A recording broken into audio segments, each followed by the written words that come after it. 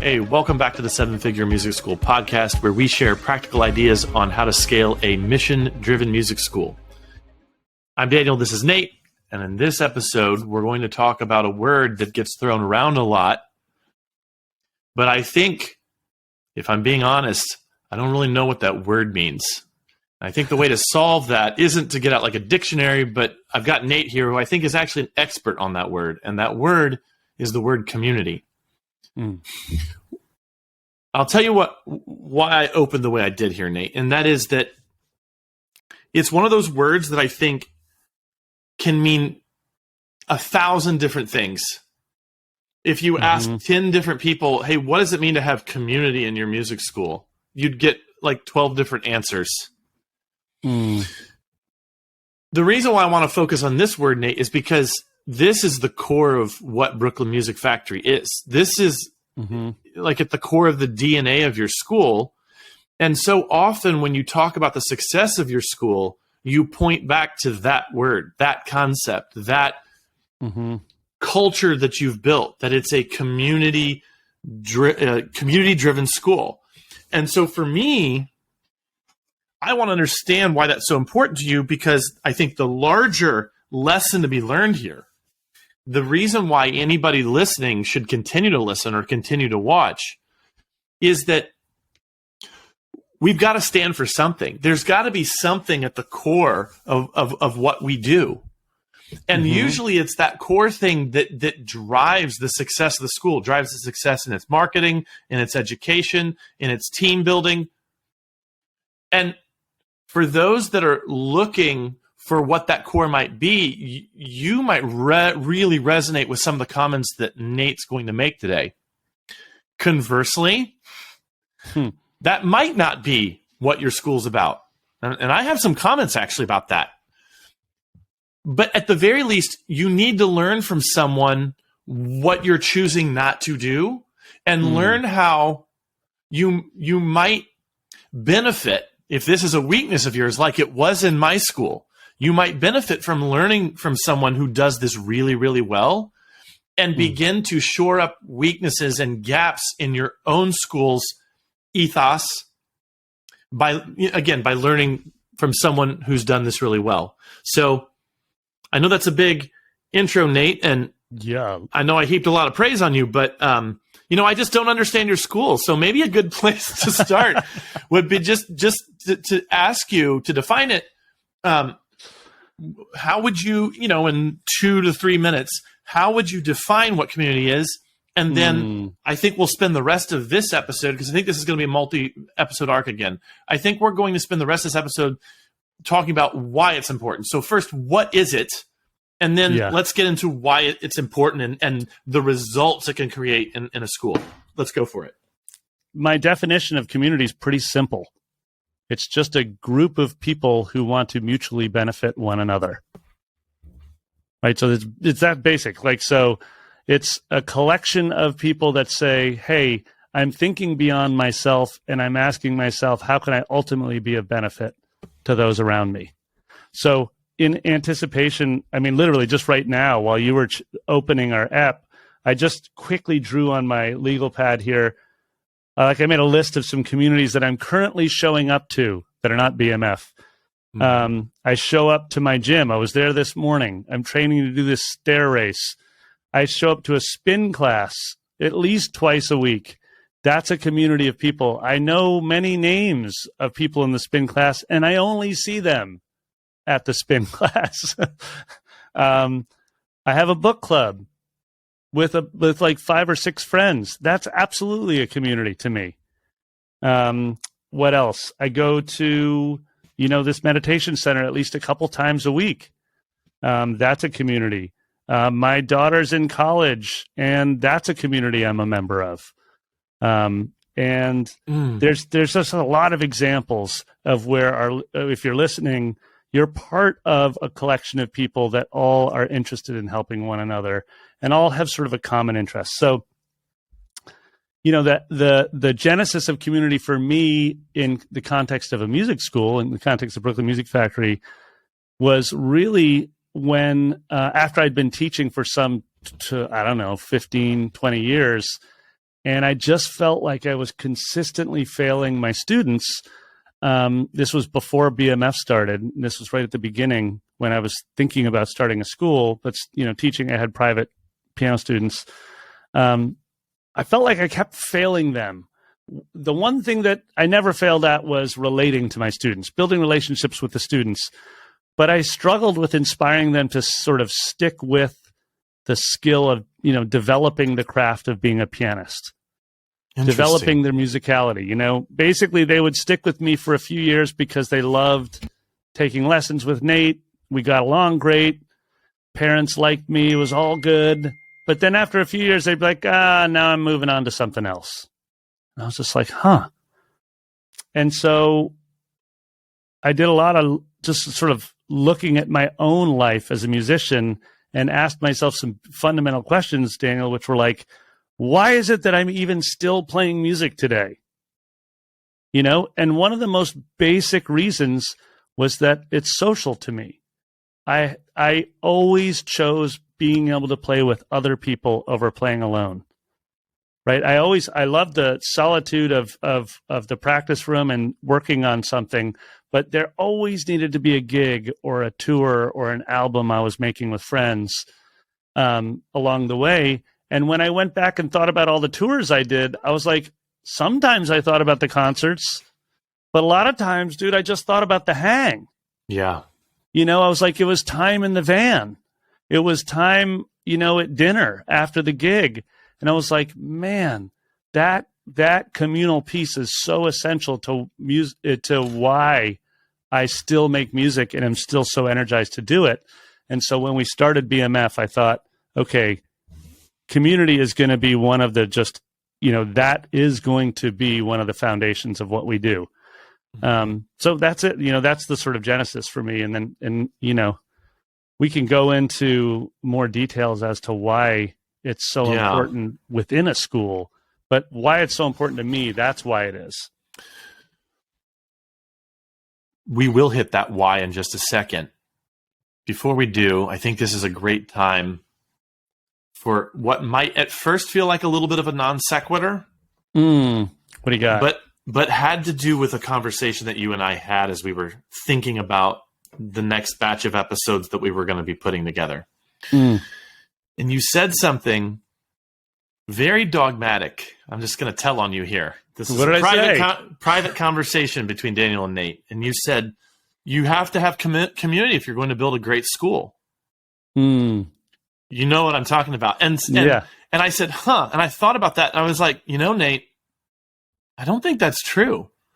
Right. Because I ran a great school. And ultimately, my point, by the way, I'm just going to parentheses this and say this isn't oppositional. I think this gets down to the heart of Nate, what Nate's going to share with us over the rest of this time. I think this puts it even in even more stark relief. And it's this, that for all the things that you said, hey, community can do this, community can do that, it can do this. These whys we're going to be getting into in just a few minutes. I could point to things that I did in my own school that took those things into account. So community led to retention in this way? Well, I did retention because of this.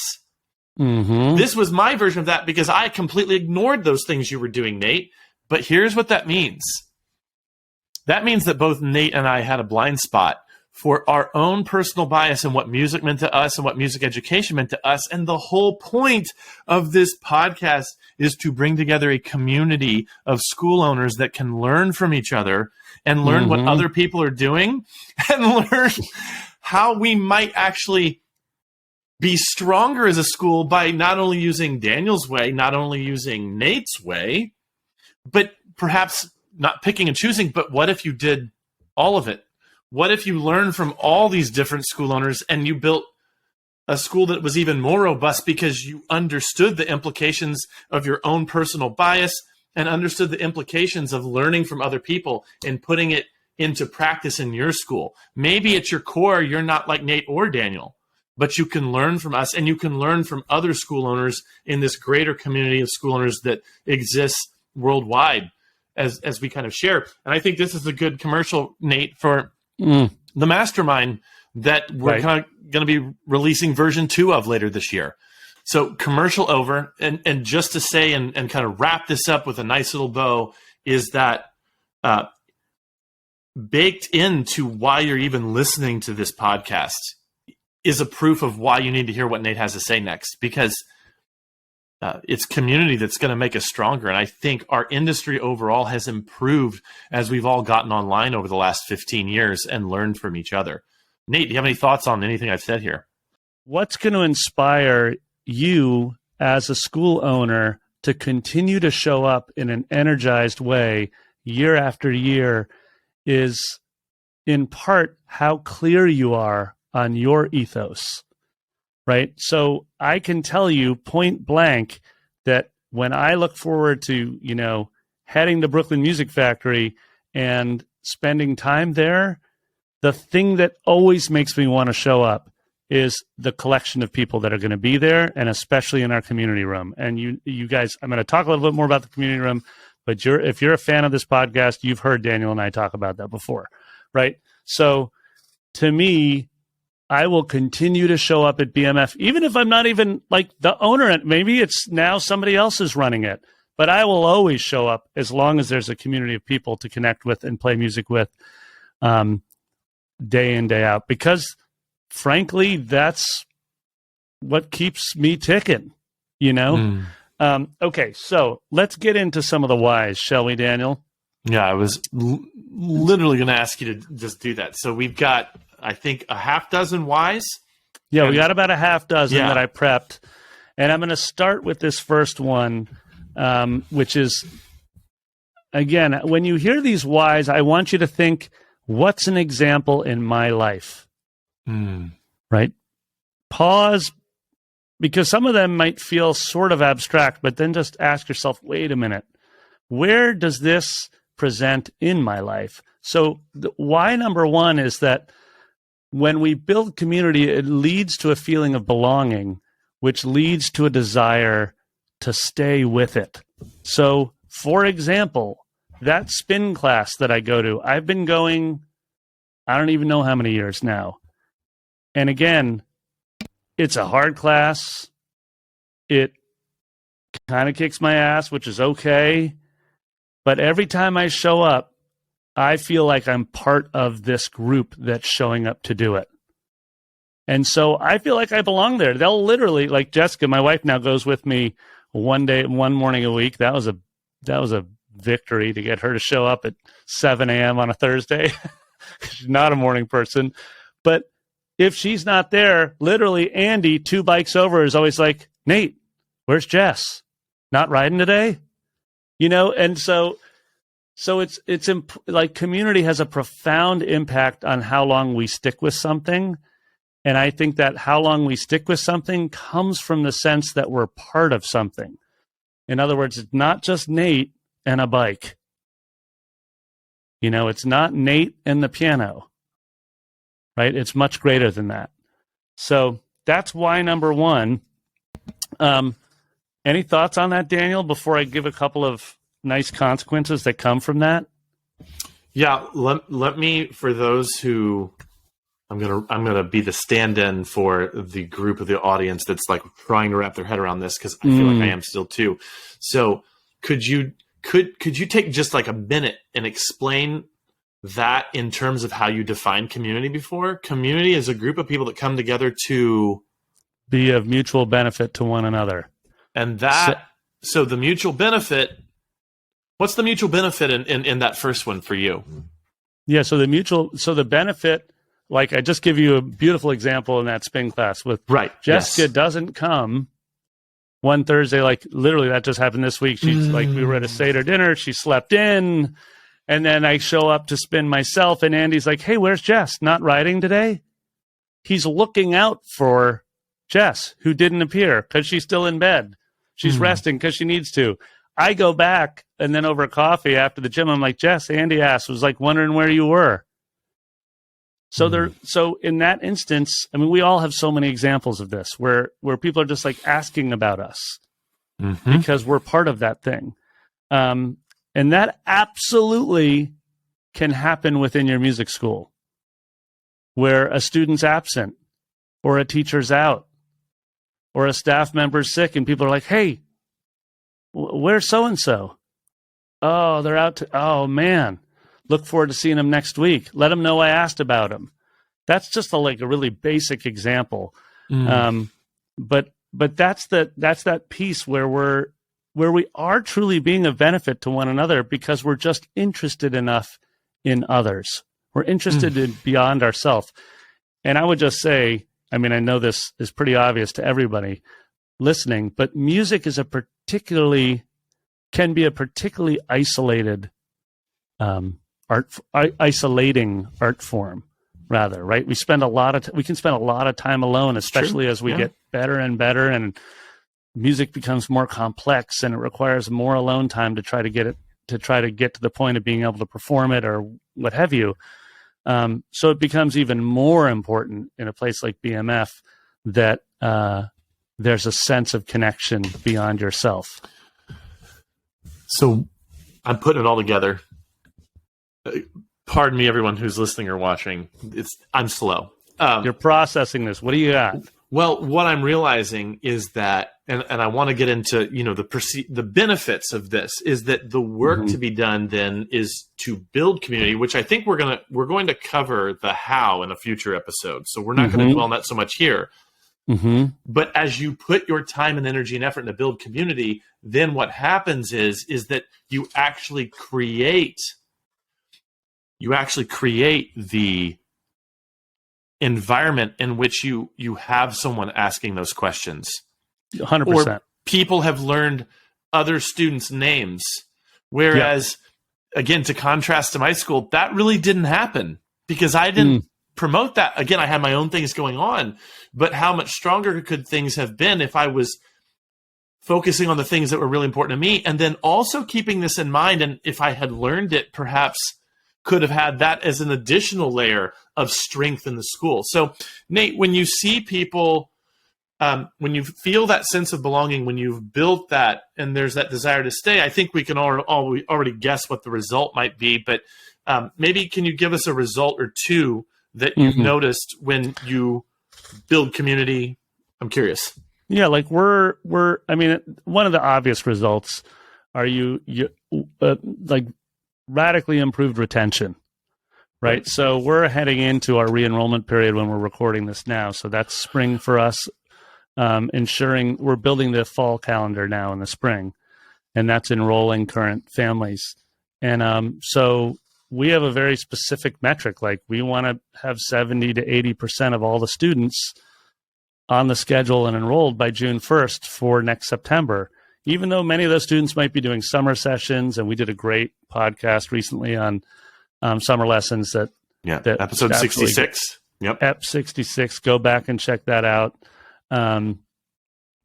But so improved retention comes from building that sense of community and belonging. But the less obvious item is that it's really improved financial health, because what's happening is you're reducing that marketing and sales expense. You're having to invest less and less into finding new customers because you've developed a community of people that want to stick around. And so, you know me, Daniel, like I love seeing that I'm forecasting less on that marketing line. Right. Because I'm investing more into building the community, which really is on the people line. So. And I'm grinning ear to ear because it's like, there's nothing that speaks to Daniel's heart more than quantifying the economic value of community in my, in a school. Here's this Nate is this wonderful, relational, friendly, a very kind person, and there's Daniel over here on the other side, just being like, Scrooge, like figuring out the exact dollar amount that community will help my school. No matter which kind of person you are, the truth of the matter is that even if for nefarious reasons you choose to do this to your school, it ultimately benefits of course I'm kidding, but it ultimately benefits those kids and your staff and yourself, that you are building something warm and relational, and it brings a human touch to a world that's increasingly colder, more disconnected, more observing life through a screen than actually interacting and building relationship one-to-one in a real environment. Can I give an example of just recently we were doing we're doing like a songwriting party or something. And I was on stage and I just looked out at the community of these families, many of whom I know and have known for years and years. And I just said, hey, in our case, we're in a brand new home. It's gorgeous. It's amazing. We're super proud. And we are looking towards we just want to spread the word about it. And I'm standing on stage and I just look out to all these families. I'm like, hey, I wonder if you could help us share this story. You guys have been a part of it for a long time. Could you right now take a photo and share it with someone? Just say, look at this amazing place I'm in. And the reason I'm asking you now is because we're much more interested in this, which is a communal event, than we are in strategizing our digital ad spend to try to drive more traffic here. So if you wouldn't mind just benefiting this whole community at large and our marketing efforts, I just point blank said it. Go ahead and share some photos. Text a photo to one friend right now and just tag BMF and let them know about this new space. And it's I feel very comfortable making that ask. Yes. And what strikes me about that is how authentic it is, because of the relationship that's been built. That didn't feel weird or hinky to me at all for you to do that. And they likely didn't feel that way either. Anyway. I mean, I'm honest when I say I'd much rather spend the money on more communal events than I would on my Google marketing ad budget. Yep. Okay. So why number 2 is that community can inspire our students to go beyond their perceived limitations. So, where do we see that happening? We see that happening in students that feel connected to one another at BMF, actually saying out loud, I remember you playing songwriting, level 5 at the last gig. I can't wait to be able to reach that level. And so you see this very real connection amongst the students talking to one another about what they remember from the gig that one another has done, and being inspired. Now, I say perceived limitations because I'm a big believer and baked into the BMF ethos is this idea of, just unlimited potential. We will never use the word talent underneath the roof of BMF, because talent oftentimes feels limiting. One person has it, or it's scarce rather. One person has it, another doesn't, and which is not how we operate, right? We want everyone to be invited to the table and everyone to enjoy the meal, which is music. So a very personal example, I talked about our book club, I think I learned to love reading not until I was 25, Daniel. I remember Jessica gave me some fiction, this one author, and said, I think you might like her. You should try her. And I was it was the first time that I truly enjoyed reading. And I don't know if it's just the ADHD part of me, which is I could never really sit and focus long enough with the book. But I finally learned to love reading. And then as I aged gracefully, reading, I did some and I didn't do some. And then eventually, about 7 years ago, me and 6 other guy friends started what we call the Brooklyn Men's Book Club. And what I love about it is that no matter what, it gets me to read, and it gets me to read beyond what I might normally pick off the shelf. And so that's an example for me of a community that is pushing me beyond my perceived limitations.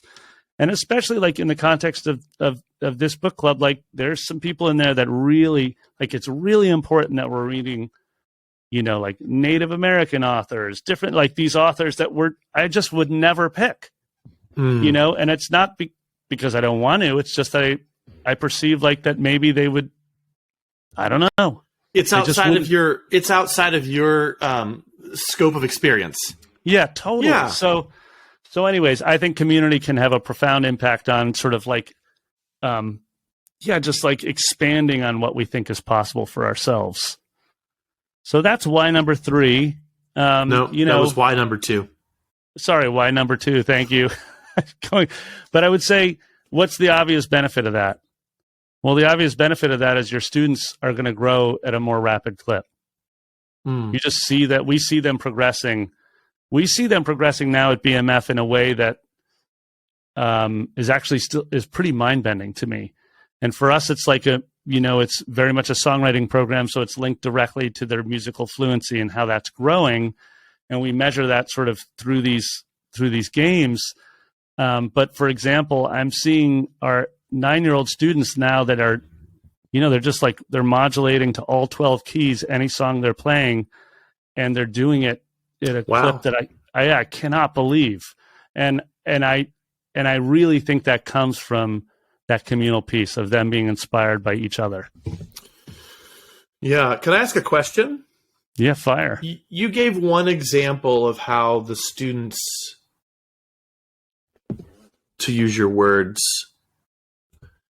how one student helped another student go beyond their perceived limitation. And that example was, hey, I noticed that you played song number 5 or something at the previous party. Mm-hmm. I feel like I want a little more not more detail, but maybe like a few more quick examples. Like, totally. What are other ways that you've seen students actually engage in community that has pushed another student beyond their perceived limitations? Just anecdotes. Like this just happened a couple days ago. So in our community room, we have this big, we call it the Jumbotron. It's not actually a Jumbotron, but someday I'll have a Jumbotron in my life. And we put up we put up different big music games, and we play them in the community room with the parents and the students. Wow, yeah. And so like Wednesday, we were doing big beat sheets, which are essentially just like rhythm sight reading sheets, but they're very hip and fun, and so they feel like kids get excited to play them. So there we were, and you have like we had 2 kids that were 10 or 11 in the back being like, oh, I remember passing this level. And they were back there just like clapping and crushing the sight reading. And then sitting next to me was like a 5-year-old and a 7-year-old who had just 5-year-old come out of mini key, 7-year-old come out of jam band.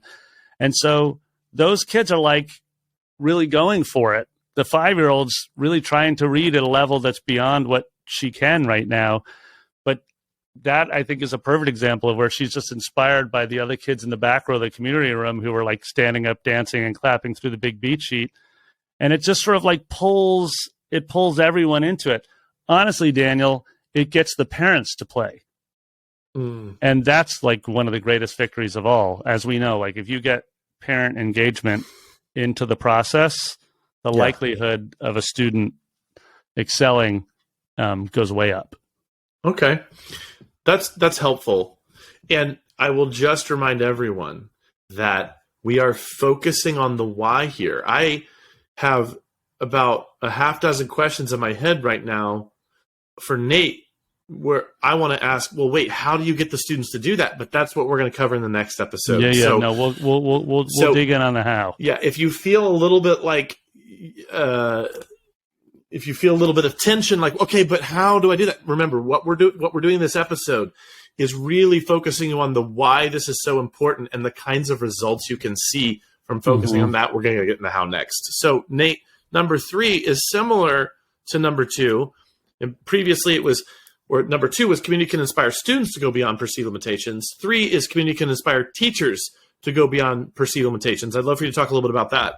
Yeah, so I think I think everybody listening knows that, the difference between a truly inspiring and great teacher and one who's okay is the teacher who's consistently always trying to improve their skills in their understanding and their awareness around how to guide a student or students, that's the teacher that everybody wants, right? So there's a professional development element that happens within any school. Any multi-teacher school has to have some sort of strategy to inspire teachers to want to improve. And frankly, what we found at BMF is that teachers are most interested in learning from one another, right? They're not really interested in this sort of top-down, like declaring, here's how you do it, now go do it.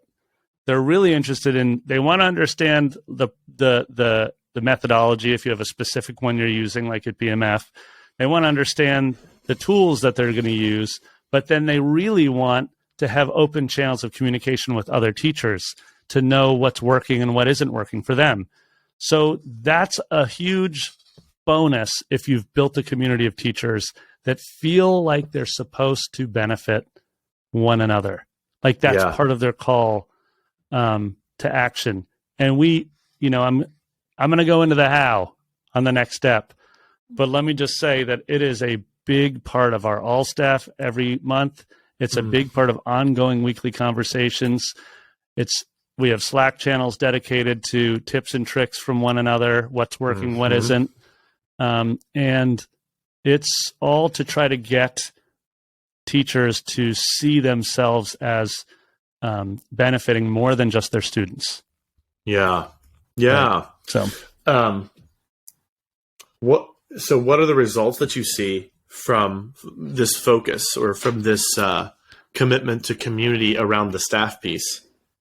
Well, I think, you and I have talked about this in a previous hiring and teacher retention app. Can't remember exactly which one it is. But when Gallup did a poll and said, what keeps employees at a company, one of the within the top 5 was whether or not that employee felt like they were continuously improving and feeling challenged. Right. And so that basically what happens as we've spent more and more time trying to get teachers to connect is we've just saw teacher retention go up.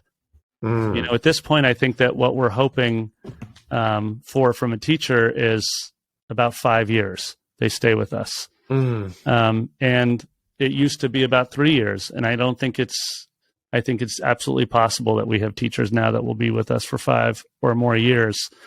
The other thing that you see in that Gallup poll, that you want to know what the number one reason an employee stays is whether or not they have a close friend at the job site. And so when you're developing community amongst your teachers, we see this all the time. Like we finish the all staff and all the teachers then go out to lunch together. They don't necessarily invite Nate, but they all go make the hang, and I love it. Yeah. So and that's beautiful that they're still going when you don't go. That's huge because it's not like, boss has got to see that that I'm a team player. It's like they wanted to go and do that. I love that. Yeah, they're going to do it on their own. And frankly, sometimes, Daniel, I feel a little left out. But anyways. I'm just going to drop just a total short anecdote here, but longtime friend of the show, Greg Genter of grouplessons.com, he has had he's seen a marriage out of some of his teachers and he's seen relations. Yes. And one really strong relationship come from 2 teachers in a school. I just think that's, again, I love that. A community of a different kind. Yeah, totally. We've had a couple of marriages, multiple babies. Yep. That of course is amazing because you, as a school owner, you're just had no idea that you were helping to facilitate that. Right. Yep. Okay. So moving forward, we got a few more here. And I sort of touched on this already when I was talking about our songwriting party before, but community, what we found, it just leads to parents feeling more and more inspired to share our story. They feel like they're part of something that's greater than their family and they want to share it. And everybody listening here knows that those are the greatest advocates for your school are the parents. right? When they want to share the story about what's successes and with their students, and then when they want to share stories about other families and other students, you're really crushing on community at that point. Because of course parents are also sort of, not surprisingly, but notoriously focused on their own children. But so when you begin to get a parent to start talking about other musicians within the school, you're really working on that communal piece. But so and the benefit there I already talked about is basically you can begin to ask of them. Right. Yeah. When you are inspiring action greater than the way that we're biologically hardwired to behave as humans, you're doing something right. Yeah.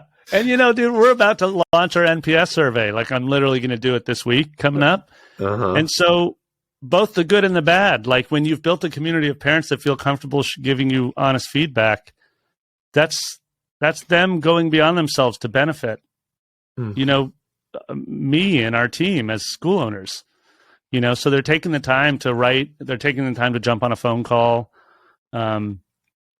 That comes from a sense of belonging to something greater than themselves and wanting to help it. Yes. So that's why number 4, and I think it's a real important one too when you consider that they're also holding the purse strings and making the buying decisions. Yeah. So developing community amongst the parents is really valuable. Yes. Okay, I'm jumping ahead to get these last couple in. Okay. And I think this is the one where it's important to sort of, again, as a listener, to frame community in your own life and wonder where this happens for you. But basically, as you develop community, you begin to view your customers differently. First of all, you don't really view them as customers anymore. You view them as sort of partners in this project, which happens to be your small business or the development of these musicians. But at BMF, what's happened is that, so many of the families that are at BMF have become like very good friends. It's interesting. I just want to make another little commercial here for actually next week's episode. We're going to dig deep into this community aspect of building a strong business through relationships with other people with returning guest Brian King. That episode is going to be next week, end of May. So definitely tune in for that. It is not an episode that's focused on this same topic. This episode is a lot of how. So really you're going to be getting 2 how episodes following this one. This is like the big high concept why. The next 2 weeks are really practical, but for very different reasons. So just wanted to make that commercial. Definitely download next week's podcast. You're going to love hearing Brian again. Yeah. Brian has some really cool thoughts on how to connect with community and use those to drive growth in his school. So, yeah. So I have a question for you, Nate. Yeah, fire. You're talking about the benefit to you, and I think that's great. And obviously, everyone listening or watching can then perceive the benefit for themselves. What benefit do you see it being towards your clients, the people who you're actually having this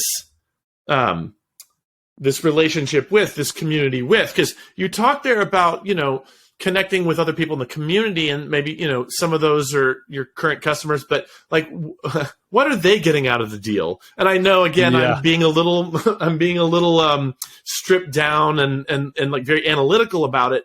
I know that you're going to put, the human touch on it. So I'd love to hear your thoughts on that. So I think when you are considering community as a very real, as a real facet of your everyday life, you have to think about sort of a network of interconnectedness. It's really important that you realize that you have a school and it has its own community within the school, but that collection of families goes out into their community, and through that, you are now connected to a much, much greater network. And so I think what I've perceived, at least at BMF, is that families love to feel like they're a part of Brooklyn Music Factory, of this community. They like that they feel connected to it. They like to know that they've been there since, in some cases, since the beginning, that they helped grow this thing. Wow. And then they actually love when we're doing outreach into the community. For example, maybe it's something as simple as just like our advanced bands are going to play a street fair, right? And then they walk by and they feel connected to that event. But I think in more real ways, we're dealing with elementary, middle school students, some high school students, and those schools are really, really vital parts of the community to all of these parents, as we all know. Any parent listening knows that school can be really important. And so, I think that they benefit because we're reaching out to those schools. We're donating to their fundraisers. We're participating in their fundraisers. Sometimes we do artists in residence just volunteer at these local schools, et cetera. And then they feel a sense of like, it's almost like a full circle, like it's all connected. And it's sort of, from a parent's perspective, we're always looking to get our choices validated. Because everybody's making choices all the time. And as a parent, we feel like we're making some of the most important choices in our life. And so it's really beneficial when, say, the music school that you've chosen to send your school to starts appearing in the community around you, and people start talking about it, and you say, I feel even better as a dad to have chosen to invest my time and money into this music school in particular. So that's why I say it's a difficult answer, but it's not so difficult if you begin to accept the interconnectedness of everything you're doing. I felt that there was a specific thing you said in there that I really felt went to the heart of my question. What are they getting out of it? And I think it's something. I think it's something that I had to ask that question because I couldn't imagine it, but it's this sense of belonging to something. Again, as I said earlier in the episode, in a world that's so fractured and so focused on the individual, we've almost lost. I think we have lost as a society this idea of the community, and you're actually creating an experience for them that they literally can't get without the co-participation of dozens or hundreds of people. And it's not a commodity they can just go out and buy. That's what you're creating for them. And then they, in turn, feel a sense of love and enjoyment of that thing. That's very far from my way of thinking. And it's really helpful to hear you say these things because I have something to learn here. Yeah, and I appreciate that. And you stated something that needs to be stated over and over, especially in this day and age, which is that easy access, which is maybe defines this decade better than anything. Like we can access any content we want. Yeah, I can have anything in Brooklyn, I can have anything at my door in 15 minutes or less. Delivered to the door, whatever I want to purchase, but you cannot purchase community. You have to actually build it and participate in it. And participate in it.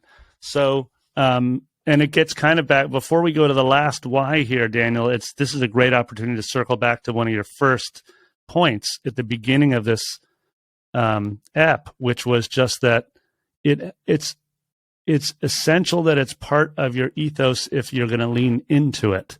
And so when I say you have to build it and participate in it, this is one of the defining factors, for example, when we hire a teacher or when we onboard a teacher and train a teacher or observe a teacher that may need to be unhired, honestly, is whether or not they're going to participate in it. That means so much more. So many things I've heard you say in past episodes mean so much more when you just said that. Keep going. This is great. Yeah. So, for example, and I'm getting into the house. I'm gonna keep this really succinct. Good for you, Nate. Thank you. No, it's not easy for me, as you know. But much of our training at BMF is around the community room and how teachers engage with students that aren't theirs. Okay. In our how episode, we'll go into the details of the specifics on that. But I am always working with our community of teachers and staff to model for them what it means to engage with the community at large and move beyond that, 12-year-old star student of theirs. Because participation is essential, like you pointed out. We can't take this for granted. If you really truly believe in community, you cannot take it for granted. You have to continually participate in it. You can take a break from it, right? Everybody needs a pause. I'm not living at the gym, and participating all the time, but getting back to my spin class, if I don't, it's like you got to show up. Eventually, they'll be like, well, I guess he doesn't belong anymore because Nate hasn't shown up. And then that bike, and believe me, someone else goes and sits on the bike. Okay, so can I jump to our last why to wrap up this app? Yeah, I would love to. This is great. So I touched on this before, but basically, when I mentioned we're doing the NPS survey and I said it leads to more open and honest feedback, that's the last really important why behind building community is transparency. You need to be able to have open and honest conversations with all the parents. As the students age, like our teenage students give us open and honest feedback all the time. That comes from the trust that gets built over time from being part of something greater than themselves. One of my favorite stories around student feedback was we have this one drum student who's been at BMF forever, and he's always had ideas for new games we need to build. And it's funny because he would be like, Nate, he had this game idea like 3 years ago. He's like, we're going to build a BMF card game. It's going to be like every teacher has its own card. And he had a whole scoring system based on how many instruments each teacher played. And then it would be like a magic, and I was just like, wow. And we did not end up making the card game, but he kept coming back and asking. He was like, how soon until that card game goes into production? Wow. And what's kind of awesome about that is that he wasn't like, I've got an idea and I want you to make my idea. He's like, this is a game that lots of students could play. It would be so awesome. So many students could learn from it. And you're like, that's that communal mindset. Also, we, as our listeners know, we just went through a rough handful of years having no location and continuously asking our longtime families for more patience. And so basically, I would go to that community of parents, and I'd be like, I need your open and honest feedback. Sometimes I'd just be like, how many more months do I have? I just straight up, I'd be like, we're working our ass off, and I promise you that we are not going to let you down, but we need time. Yeah. To get this new home open. Can you just give me open and honest feedback of what's going to, I remember a conversation I had with a dad who I passed on the corner here, and I said, what's going to get you to stay for another year if it takes us that long? And I wouldn't ask that if he hadn't been part of the community and felt like he was part of something. He'd been there for years, so that's the last why on community is you become much more comfortable with that open, honest conversation with your customers that you are no longer viewing as customers, but partners in a larger mission.